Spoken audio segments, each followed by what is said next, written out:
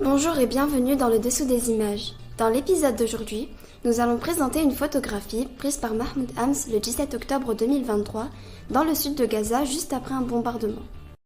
Ce photojournaliste palestinien né en 1980 vit et travaille à Gaza. Il collabore avec l'AFP depuis 2003. Mahmoud Hams est lauréat de plusieurs prix, dont en 2024 celui des correspondants de guerre du prix Bayeux dans la catégorie photographie. Plusieurs médias ont pris cette photographie en France et à l'étranger. On peut citer Paris Match, Nice Matin, Libération, Le Courrier International et le Bondi Blog, ou encore Middle East Eye et l'Orient Today. Cette photographie de guerre est prise en format paysage, offrant une vue d'ensemble qui souligne l'ampleur des dégâts. Dans une atmosphère générale marquée par des couleurs ternes, seul ressort le violet du foulard de la femme au premier plan et le orange du gilet du sauveteur. La lumière joue un rôle narratif. Elle guide notre regard pour comprendre ce qui s'est passé.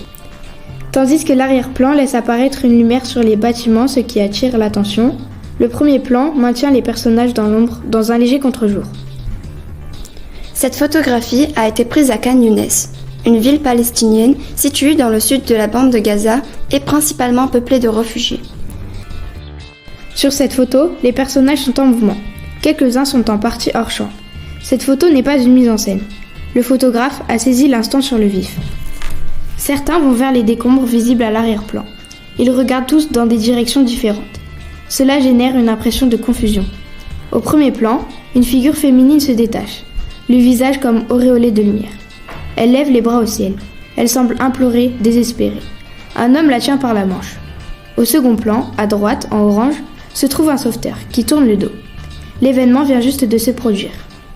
À l'arrière-plan, deux groupes de personnes marchant sur des gravats et juchés sur des décombres sont vraisemblablement à la recherche de survivants ou de corps pris au piège de l'effondrement du bâtiment. Cette image est une photographie d'actualité. Elle présente les conséquences de la guerre sur les civils.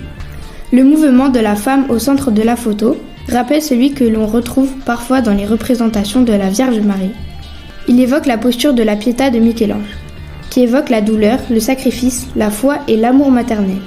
Cette image de Gaza reprend cette thématique. D'autres photographies de guerre évoquent les mêmes sentiments. C'est le cas de la Madone de Bentala, prise par Hossein Zaourar le 23 septembre 1997. Elle a fait la une de plus de 750 journaux dans le monde entier et est devenue un puissant symbole de souffrance. Ce type d'image est nécessaire car il permet de montrer les dégâts de la guerre, les destructions, les victimes civiles et la détresse des personnes qui sont prises au piège. Israël ayant interdit l'accès de la bande de Gaza aux journalistes internationaux, ces images sont d'autant plus importantes. Les journalistes palestiniens sont les seuls à pouvoir rapporter ce qui se passe sur place. Ils sont à la fois témoins et victimes, ce qui rend leurs paroles plus faciles à remettre en cause. Cette image illustre également la difficulté pour les journalistes palestiniens de couvrir ce conflit qui les touche personnellement.